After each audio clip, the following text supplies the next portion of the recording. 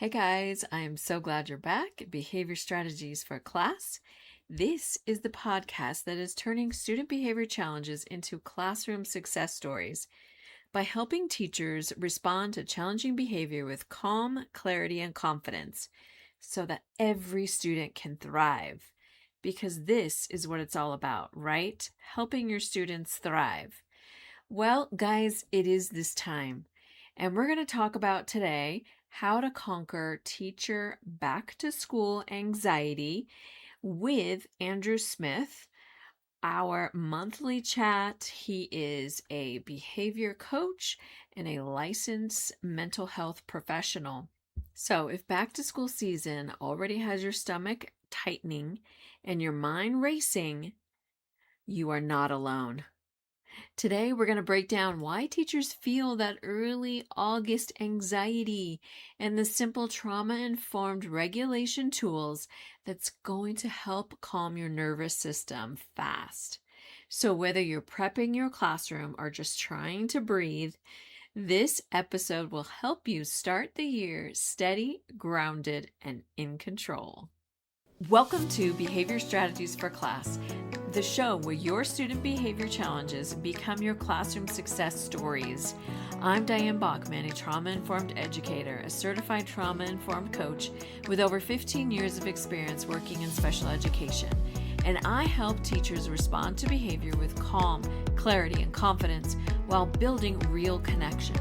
Each week, we're going to break down those tough moments with practical trauma-informed strategies you can use right away. You'll hear stories that remind you you're not alone. And if you're ready for a calmer classroom, stronger relationships, and behavior support that actually works, you're in the right place. Let's get started. Before I start our conversation with Andrew Smith, please hit that subscribe button, leave a review. If you have not done that already, go ahead, pause this episode, shoot me a quick review. I would love to hear how this has helped you in your classroom with your students. So, subscribe, leave a review. I would love to hear from you guys. Hey guys, welcome back. Behavior Strategies for Class. This is our monthly chat with Andrew Smith, our behavior expert. And today we're talking about that teacher anxiety, angst, because it's the middle of July, the new school year is just around the corner. And so we want to help you be ready. So, Andrew, what is one thing? Let's start with one thing that teachers can do to help themselves be ready for the new school year. Breathe. Yeah. We are just talking before we started the recording that July is kind of the Sunday scaries of our profession, right? Like Yes. we had this nice weekend and I've got like maybe 2 weeks because the way our school cycle is out in the Midwest. So thinking about that, I'm like, I still got a honey-do list. I've got like three or Right? four things I was gonna do to get ready. Like I was like, I'll space them out, and maybe it's my ADHD brain. And I was like, I'll wait till the We'll deadline's get there. near. So the biggest thing is let's breathe. Right. School year's gonna happen. You're gonna be great. Things are gonna just roll, and there's gonna be challenges, but there always are, no matter how much we anticipate, right? Exactly.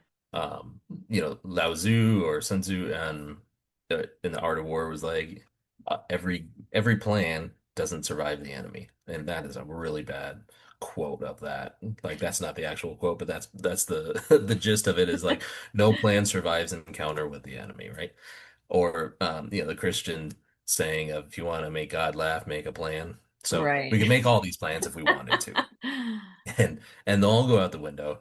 But the biggest part in all of this with the anxiety and the stress that comes up is breathe through it, right? Right. Just breathe.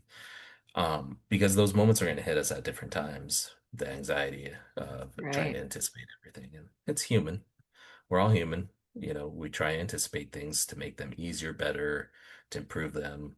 If you're listening to this and if you're in teaching, you're not in it for the money. You have a passion for it, right? Truth. So knowing that your passion is driving you to that, just realize that you breathe through it and it'll help with some of that anxiety. It's not going to make it all go away, but it helps kind of relieve some of that pressure and lower cortisol levels because when we have stress and anxiety, cortisol and Right. other metabolic and hormonal systems start compensating because it feels like there's something threatening us. So breathing through, we do the box breathing. We teach kids all the time. I do roller coaster breathing, which is a fun one for me, Oh, but yeah. just that paced breathing Yeah. is important to our body and our mental being. So just That's breathe through great. it. That's like first and foremost. First Just breathe. thing, yes. Right, because July now you're probably getting bombarded with those, the school emails, district training, all the fun things. And so, Hell, Target and Walmart already have all their stuff out. I mean, oh they started gosh, after like Memorial yeah, Day. It's like a little section. It just keeps growing. And I'm like, it's not even 4th of July yet. See, now I need to breathe through it. I know. And you can't avoid it Oh, because it's right by the front door. So even just when you walk exactly. in, you're like, ah, They're and you try fishing. They're and gonna run hook the you. other way. Exactly. Avoidance. So yes. Avoidance, is that a Yeah. good one? Well, if you want to swim in that denial, right? That river, that's kind of the fun part of summer. And when we talk Right. about resetting our nervous system, we actually need some of that disengagement, right? To be able Yeah, to have it level set back to our calmer, hopefully, more soothing environment, right? Than right, just the constant stress and bombardment. And even if you didn't have like a bad year, I mean, I talked to high school teachers and middle school teachers, and there's a lot of them that have amazing years. They don't right, have, a few behavior challenges here and there, really more academic challenges of how to help kids and bring them up and like teach them certain concepts or all of that. So that even if you're not put into a constant fight or flight, there's constant stimulation that happens during the school day. There's bell right, changes, there's cell phones, there's 20 to 30 other beings around you. And one of the right. biggest things about mirror neurons, and there's a lot of different trauma experts that have talked about this, as well as doctors who are studying this, is that we attenuate to our environment. So even if you're not in a high conflict environment or even in a high conflict occupation, if Hmm. there's other bodies and beings around you in a tighter controlled environment, our stress level kind of goes with the group. And when you got a bunch of teenagers or like preteens in a room, I mean, come on, there is nothing that is like calm about that, No, right? That is and like stinky. straight up, you know, instinct and impulse, and that's about it. And a Hmm. lot of Axe body spray, unfortunately, Yes. right? At But least then that if smells you're a also little bit better. I hope so. I mean, not to bash Axe, it's not my style. Um, that's not my scent profile.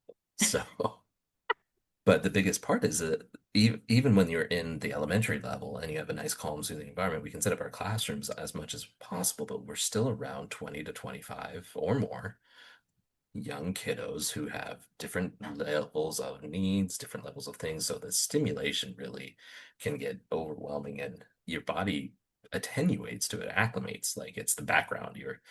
During if we talk about a 100-point scale, right? You're 100% overstimulated. On a day-to-day basis, you might be at a 90 in your classroom. And then Yeah. we're like, whoo, we got through it. Yay! In May Right. and July and June, and come to a whole different environment and there's not that much level of stimulation. So having a disengagement or an intentional way of dealing with that disengagement can help just transition your body through to to the new environment and the more consistent environment for your next couple of months or for the last couple of months at this point, right? So sometimes those are different intentional like exit or entry rituals is what I call them. Hmm. Some people will call them, I looked up an article from Stanford and they had just called it transition rituals, but Mm. what do you do so that you can leave that even sometimes identity Right. there to be able to transition to your next one. And I talk about this with parents all the time. How do you leave your work person there Right. as much as possible? And how do you come home and be your parent person, which is your second job Yeah. or third or fourth, right? Yeah. Depending on how many kids and how many fur babies and your house situation or your living situation and all of that. Exactly. So having some of those intentional rituals on a little bit more of a, you know, a more general scale of how do I transition from work to home for Hmm. teachers is a pretty important ask, but it's going to be so different depending on what you do, where you live, what your home situation is, and what are, frankly, your hobbies and your likes and your interests, and what are you coming Hmm. home to, rather than what are you coming from. So we always talk about kind of a big level, the macro level of like how can you switch from your work situation to your home situation, as Hmm. in from the 10 months to the 2 months at home, but also on the day to day as well as like how do you go from Right. your classroom to the car to your home or your living situation. And there's lots of Hmm. different things. I do a lot of music. So if it's been a particularly bad day, there might be some, Norwegian death metal going. On some fun days, I'm singing Kesha or something like that, right? And Yeah. then I listen to the news going into work until I'm about 5 minutes out, and then I have to have something with like a higher beat Yeah. that just kind of gets my system up to be prepared for all that stimulation too, instead of it heading me like a dead fish in the face, Right. right? So there's all sorts of different little tweaks and turns that you can do that. So breathing helps with that. The rituals help reduce that. Um, and just that, even the awareness that you're talking about of just like, whoo, we're here, we're home, but then something's come. Now we're preparing, in this case, for something coming up. Right. So having some different rituals that are tied to that can be important. Yeah, I totally agree. Like, I totally get that. Sometimes after school, like on the way home, like the radio's off. I need nothing for a little bit. And then, it's back to music, or I actually like listening to the Ramsey show and listening to different things. And knowing yourself and what is going to help you. And you may have to tweak it here and there and what works for you. And when you feel like, oh, okay, no, this is like, bringing a downer, like you said, listening to the news. I do that too on the way to work. But sometimes it's like, all right, we need something positive. Give me some, like you said, some upbeat something to get more in a positive space, to be able to influence positively all of those around you. And then on the way home to transition, I don't have any kids at home anymore right now. I have a husband and, two fur My babies. wife would tell you that's another kid for her, but Yeah. And just sometimes I'll take like a different longer loop coming home, just getting an extra minute just to be like, okay. And again, my house is nothing probably as crazy and busy as a lot of you who have the kids at home, and I get all that. But just finding what works for you, taking that extra minute. Sometimes it is doing a couple of breathing exercises and being like, okay, now I got to transition here and do whatever, all the things and dinner and stuff like that. Like recently we just had a little flood downstairs in our basement, and we're still trying to transition and clean that up. And, then we have company visiting and trying to go have fun. And yet, like, we have the responsibility, we have to fix this, all the things, right? Because life still keeps going on. And then now all of a sudden it's work and emails and training. And so I think definitely and this is becoming more self-aware in what helps you, relax, get regulated. And so we're going to talk about some of that mindfulness and what is another exercise, Andrew, that we can do to help ourselves through this. what goes along with the physiological or the physiological based like breathing, but we call it Mhm. the physiological or psychological sigh. I've heard it called both. In the literature, I've seen it more called the physiological sigh. realistically, what this is that we don't on a day-to-day basis, and if there's people who study breath work, and there's a whole line of counseling. Hmm. Reaching out and put on my counselor hat. There's a whole line of Yeah. counseling about breath work and breathing it's just fascinating how it affects just your entire metabolism, your hormones, um, your perceived loads, and your allostatic load, and your stress load, and all of that. Mm. And here's a really simple one is that we don't breathe with our entire lung volume or our entire body like we're designed to right now. Hmm. Part of that's because of posture, intentionality, things like that. Right. So that's the basis of this. And what this is this is a double breath. And it's kind of crazy, but if you do two of them and within a minute, right, of Hmm. just building up and letting out slowly and then resting with it, then it just kind of helps bring things down. So it's going to look a little funky because, it kind of looks like what we used to call hitch breathing that we would see in a lot of our kiddos with autism or people who are working with OCD or high anxiety. And a Mm. hitch breath is a little bit different. So I'm prefacing this just in case it feels like you're doing that. This is a little bit different. A hitch breath is, and then regular breathing, right? Okay. This is intentional, where we're going to fill our lung volume as much as we can, Hmm. in a slow, like 5 to 10 second, like draw in through our nose, because there's a reward circuit and there's a specific circuit in our brain. Breathe Mm. in through our nose, out through our mouth. It triggers a calming center of our brain, dopamine, all those fun little drugs that get released in there, those biochemicals. Hmm. Um, and so you breathe in until you don't feel like you can. You stop for a second, and then you try and breathe in a little bit more, Mm. and just try and fill up, and then you hold it for about five. So it looks a little funky, Uh-huh. but it works. And trust me, I'm going to do this with you. Come on, Diane. Ms. B, we're doing this. All right. All right. Okay. So get yourself nice and comfy. And one of the bigger parts is open up the diaphragm, right? Okay. That nice little muscular wall in between our lungs and our gut cavity that actually is what makes us breathe, because our lungs are just sticky bags that stick to the inside of our meat suits, right? Okay. So that's a lovely picture right there as we're trying to relax. Right. Okay. So we're going to take a nice deep breath in through our nose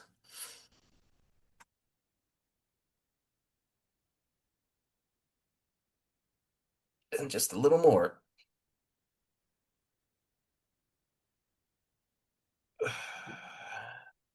So slow through our mouths. Mm. Okay. Nice. One more time. Okay. Ready?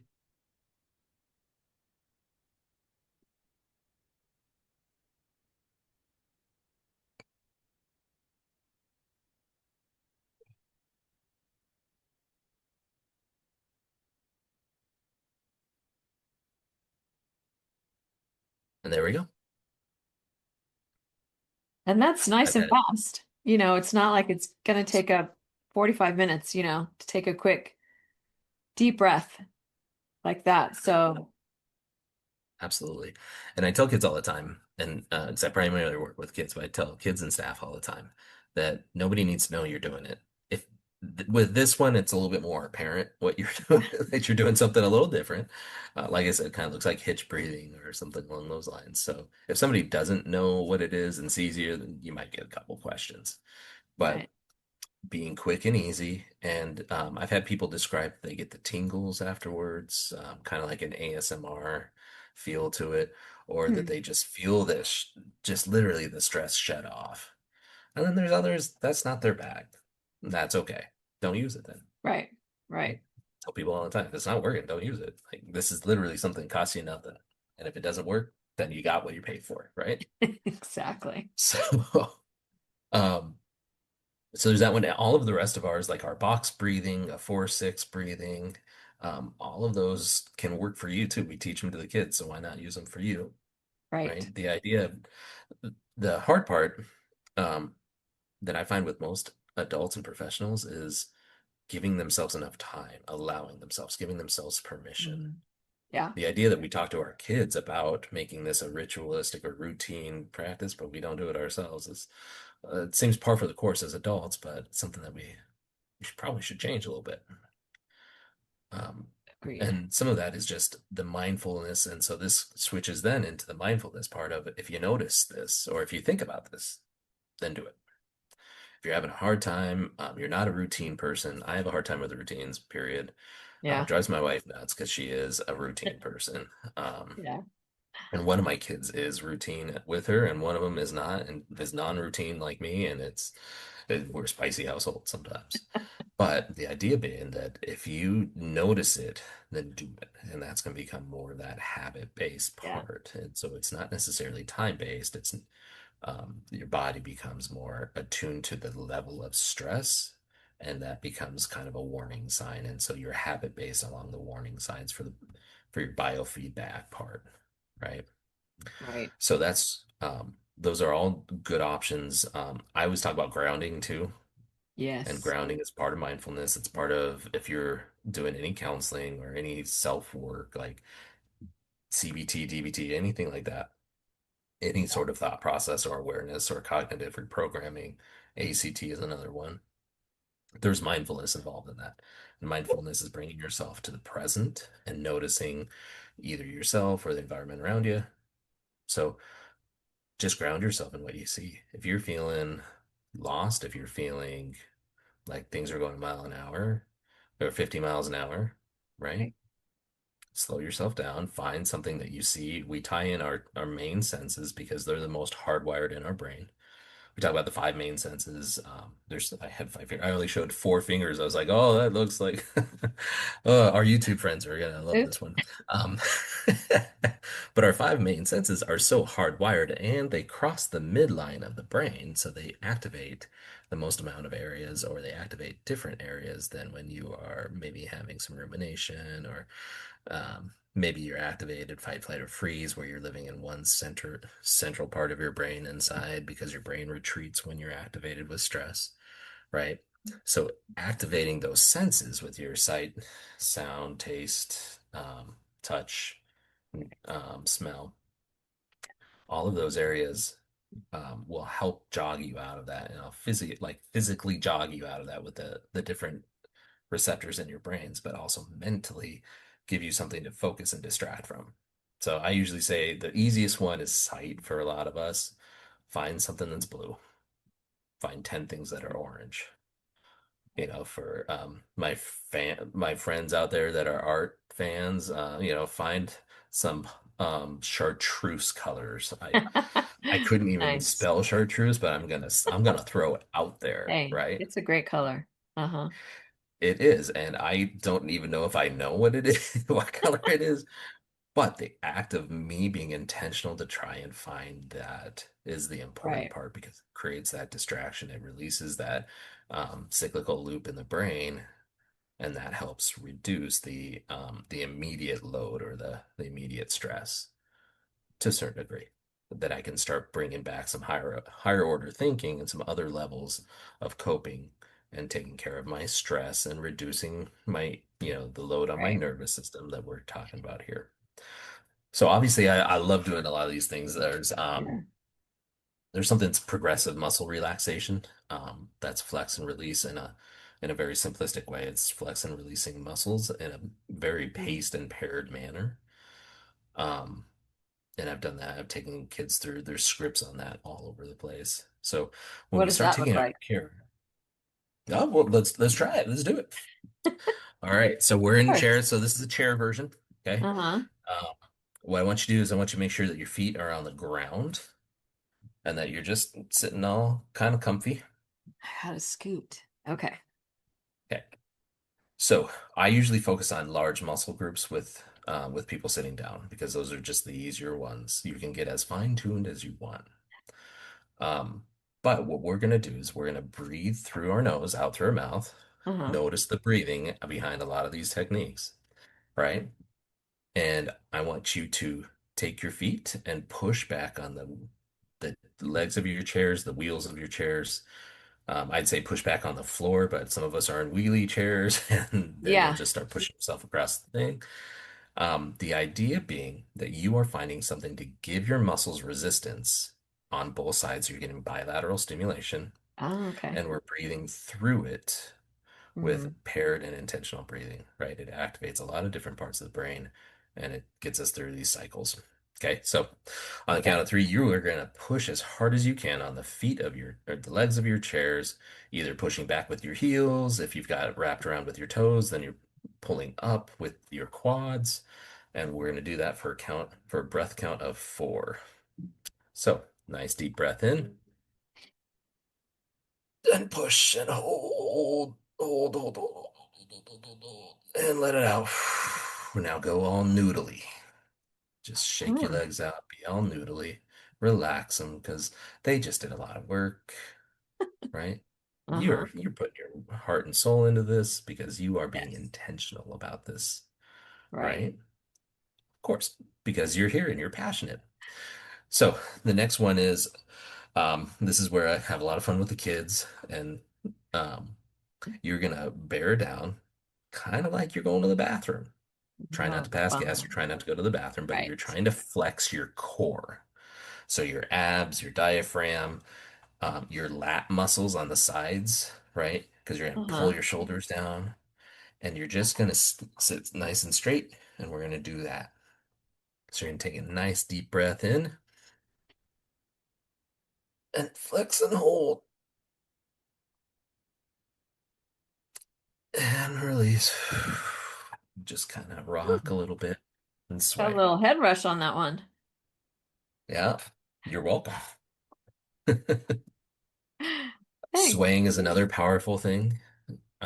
If we rock and sway, there's Yeah. a lot of religious aspects to this about praying, rocking, swaying.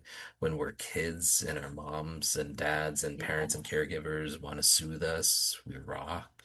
And there's just something about that instinctual Mm. motion that comes from when we were kids, babies in utero, things like that, that Right. just is calming to our nervous system.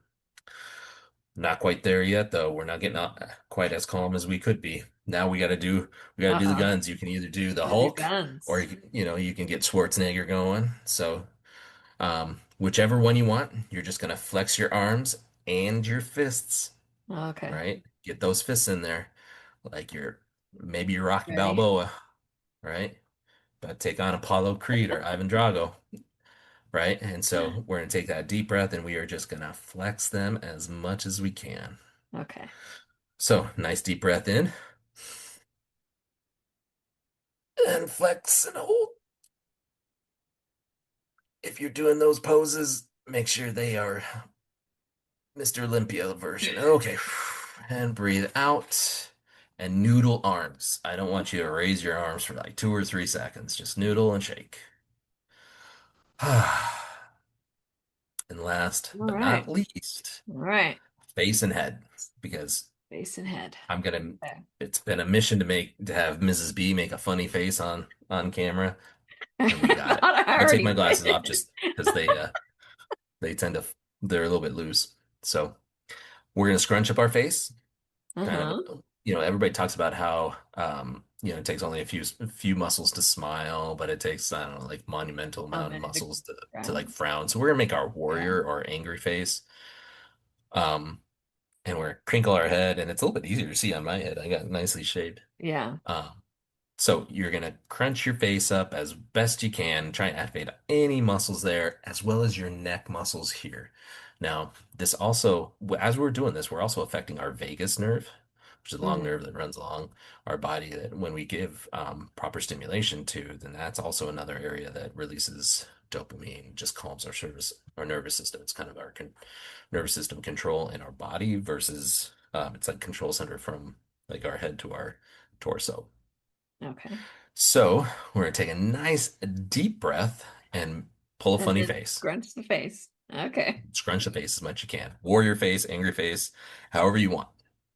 Okay. So nice deep breath in through our nose.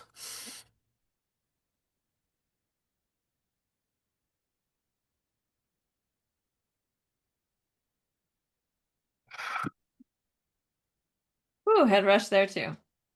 Yeah, that one really gets you. And now, and we've not even 5 minutes of doing just those basic muscle groups. Now we've hit most of the major parts of our body, right? Right.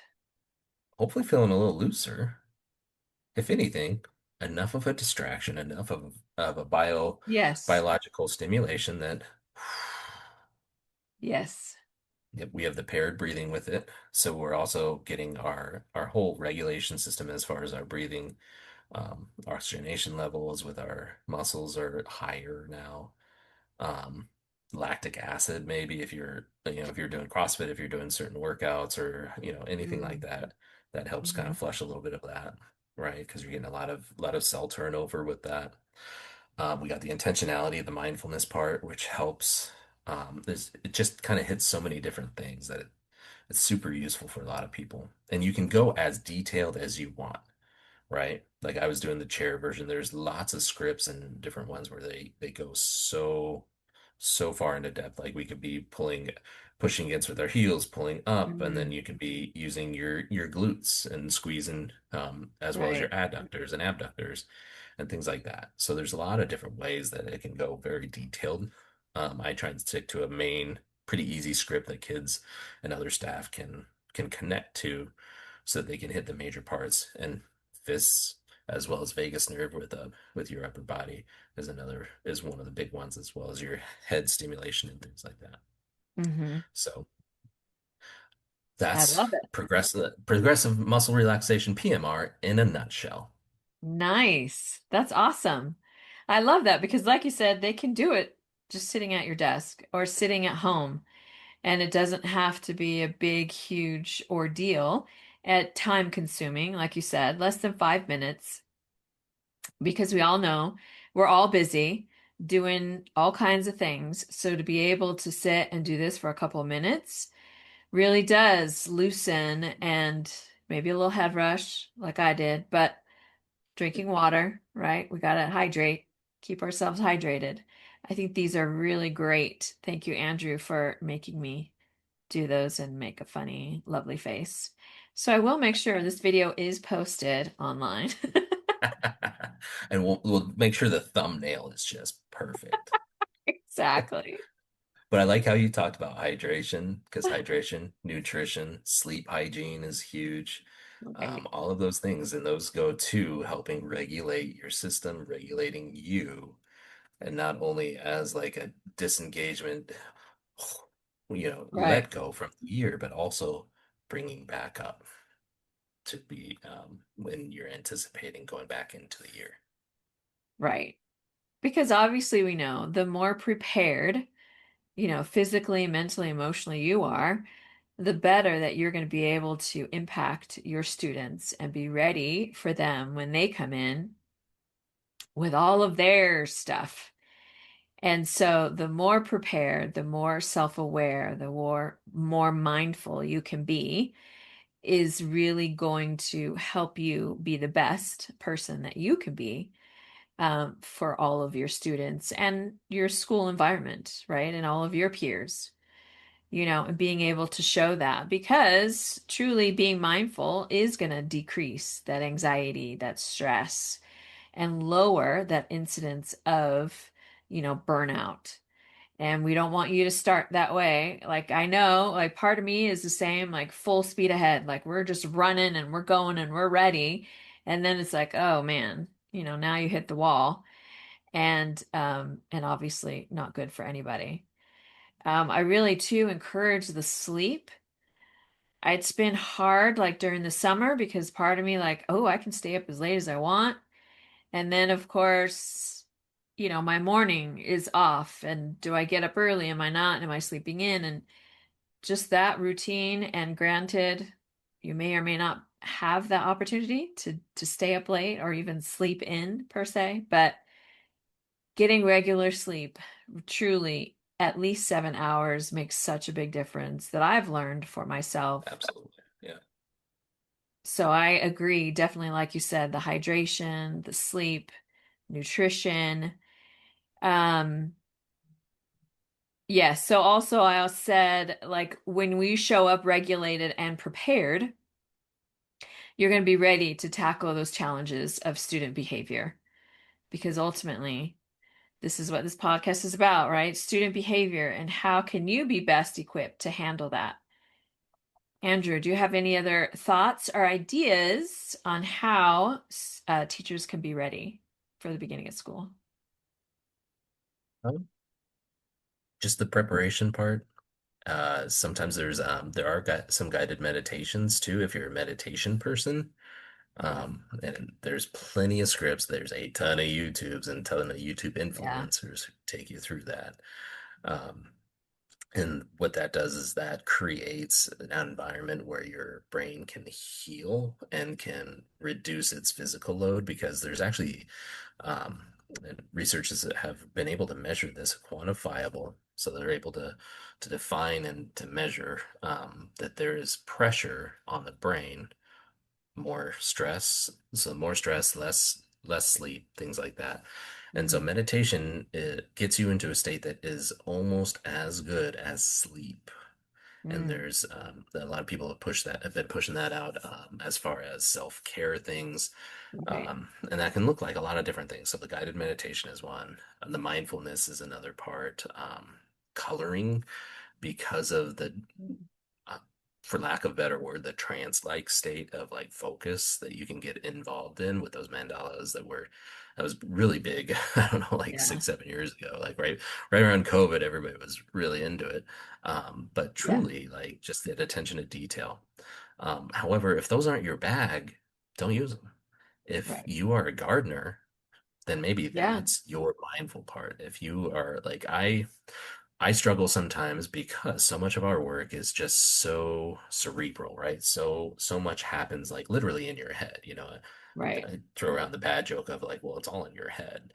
But so much work goes into that for me to find my release doing some woodworking or some other creation hobbies, like I put in flooring in my house this summer, having something to show from it, from Yeah. my work is something that's pretty important to me. So maybe yours is working on a car, or I got a Harley. I've been working on little things here and there to update it or to fix it or to maintain it. Maybe that's your hobby. That's your mindfulness, and maybe that's your meditation Oh, playground, right? You know, Zen and the art of motorcycle maintenance, right? That's been around since the 70s, right. um, or even early 60s, 70s, somewhere in there. But the idea being is that that's what gives you the relief and the satisfaction. And just to tie that back, Diane, into what you had said earlier, is it's going to be different. You need to know you, and so maybe Right. that might be that last piece of advice is get to know you Yeah. as much as you can now that it's just you and the home life rather than you, Right. home life, and 30 to, you know, Yeah. 90 or 120 kids that Yeah. you're trying to, herd around like cats, as well as admin and other teachers and everything. Right. Right. So get to know you, know what gives you that relief and that satisfaction, and then in a safe and healthy way, do it. Yes. Because we got this. One thing real quick to touch on as well is journaling. We've talked about that lots of times. Again, for our students, to journal, but of course for us, it's the same, right? You get in that Zen moment and just get it all out there, whatever stress or you're worried about or all of the things. Being able to write it down, sometimes I've just written out stuff and then I shred it. Like, I don't want anyone to find it, and I just shred it, but at least I got it out, right? So I don't perseverate over it, constantly thinking about whatever. Sometimes just being able to put it out there, close it up, tear it up, shred it, whatever, really does help as well. So I encourage you also to do some journaling. And again, Absolutely. like Andrew said, finding out for yourself what works for you. Painting, hiking, maybe just hanging out with a friend, whatever it is. You're going to find it because you're going to do awesome this year. Andrew, any last parting wise words you want to leave us with? It's okay. It's gonna be all right. You're okay. You're gonna be all right. And you got people here together. If anything, you got us. Exactly. Right. You can always look us up. All right, guys. Thank you so much for listening. Thank you again, Andrew, for your time, your wisdom, your expertise. And Pleasure. guys, try these breathing exercises today. You won't regret it. All right, we'll see you next week. Thanks so much for listening. I truly appreciate your support. And if I have encouraged you, motivated you to continue to learn, to support your students, even better, to help them strive in your classroom, please leave a review, hit that subscribe button so that others can see they can learn and grow here as well. Thank you.